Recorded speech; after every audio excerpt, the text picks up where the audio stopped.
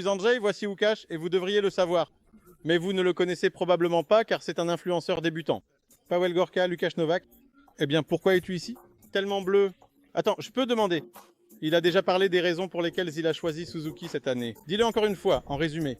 Oui, nous menons un projet Suzuki GSX-R. Il s'agit de rouler sur une moto relativement de série. Łukasz participe dans la catégorie Rookie. Je l'aide pour qu'il puisse rouler vite. Et moi aussi, j'essaie de rouler vite sur cette moto lors de certains track days.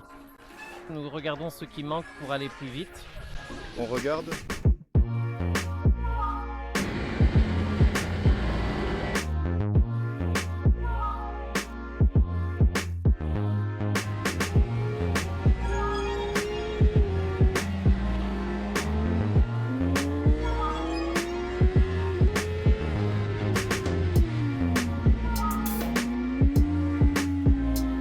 Passons maintenant à la partie intéressante, c'est-à-dire à Łukasz qui a commencé à faire de la moto il y a des années. Sur circuit, n'est-ce pas? La première fois que j'ai été sur circuit, c'était en 2016. Et cette année-là, je n'y suis allé qu'une seule fois. Et depuis ce moment-là, j'ai attrapé le virus et une grande envie de rouler, de faire de la course sur circuit. Avant sur la route, combien de temps roulé? Avant, je n'avais pas roulé à moto pendant 5 ans. Et avant cela, c'était occasionnellement pendant environ 2-3 ans. Je roulais à moto, mais c'était entre 2010 et 2013 sur une période assez large. Donc tu es juste parti rouler une fois et tout de suite tu as accroché et tu as commencé sur une de tes vieilles motos, c'est ça? Oui, par hasard. En 2016, j'ai acheté une vieille Honda et j'ai voulu essayer de rouler sur circuit. Ça m'a plu et je me suis entraîné dessus pendant 2 ans pour éventuellement pouvoir participer à des courses. D'accord, et maintenant, de mon expérience. En théorie, il est beaucoup moins cher d'acheter une moto d'occasion déjà préparée pour le circuit, non? Sauf que je sais à quoi ça correspond, parce que les gens ont vu à quel point il faut parfois se battre avec une moto d'occasion. Comment ça s'est passé? Qui a convaincu qui? Est-ce que c'était ton idée? Explique, parce que moi j'en parle souvent. Mais donne ton point de vue. Tu avais une moto d'occasion et tu es monté sur une moto neuve qui n'a pas été modifiée. D'accord. Si on veut transformer une vieille moto pour qu'elle roule comme une moto neuve, eh bien, les coûts que l'on doit engager sont si élevés que le prix de cette moto s'approche de celui d'une moto neuve. Mais cela reste toujours une vieille moto, ce n'est pas une moto neuve. Elle a toujours parcouru un certain nombre de kilomètres, elle reste sujette aux pannes et il y a toujours le risque qu'elle ne tienne pas jusqu'à la fin de la course. Donc, tout simplement, si Suzuki propose une moto qui, sortie de la boîte, était pratiquement prête à courir, alors pourquoi pas? Je m'en suis rendu compte en testant cette Suzuki justement sur l'un des circuits, lorsque Janusz Miko, mentionné précédemment, a tout simplement amené cette moto pour un essai. Et c'est à ce moment-là que j'ai attrapé le virus. Ensuite, il s'est avéré que Paweł a fait une proposition. Il s'est justement mis d'accord avec Suzuki, avec Janusz, et ils ont décidé que c'était une très bonne idée d'essayer de rouler sur une moto neuve sans la modifier et de participer à la coupe avec. Polonais, actuellement dans la catégorie Sport 1000. Oui. Mais sans entraînement, ça ne marchera pas. Et il me semble que c'est ce que je remarque, par exemple quand je viens ici au Speed Day, que je roule derrière Jacek ou derrière toi.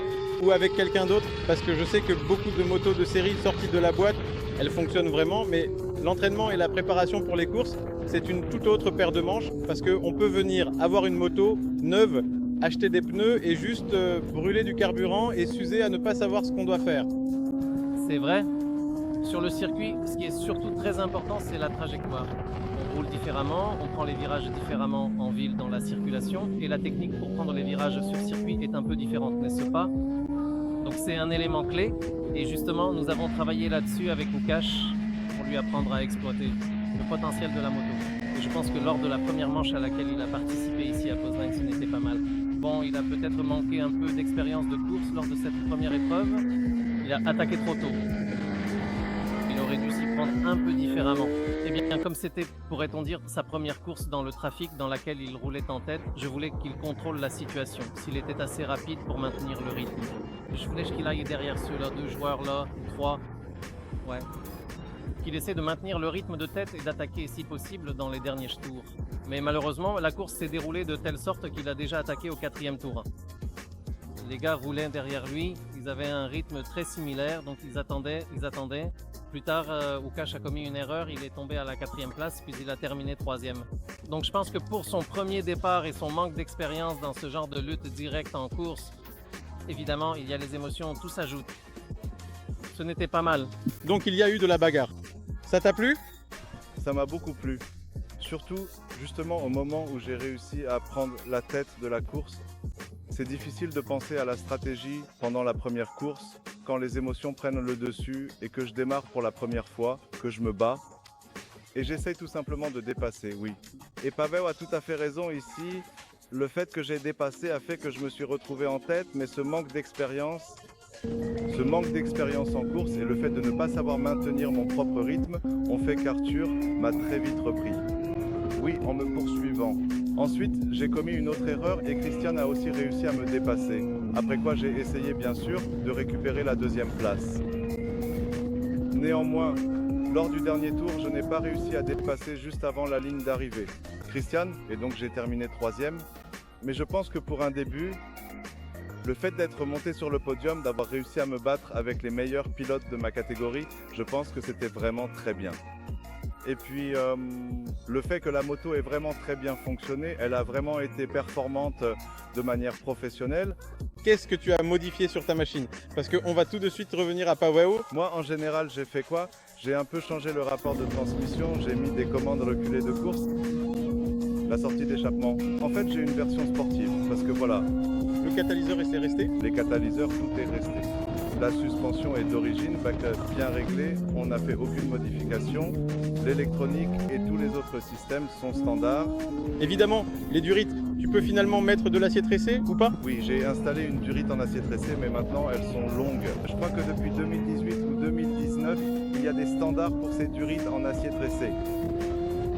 Mais les freins d'origine, dans une telle configuration, fonctionnent vraiment très bien. Il n'y a absolument aucun problème pour démarrer et même gagner des courses avec cette moto.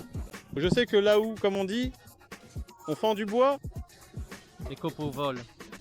Donc aujourd'hui, nous n'avons pas la moto de Wukash avec nous, mais elle viendra.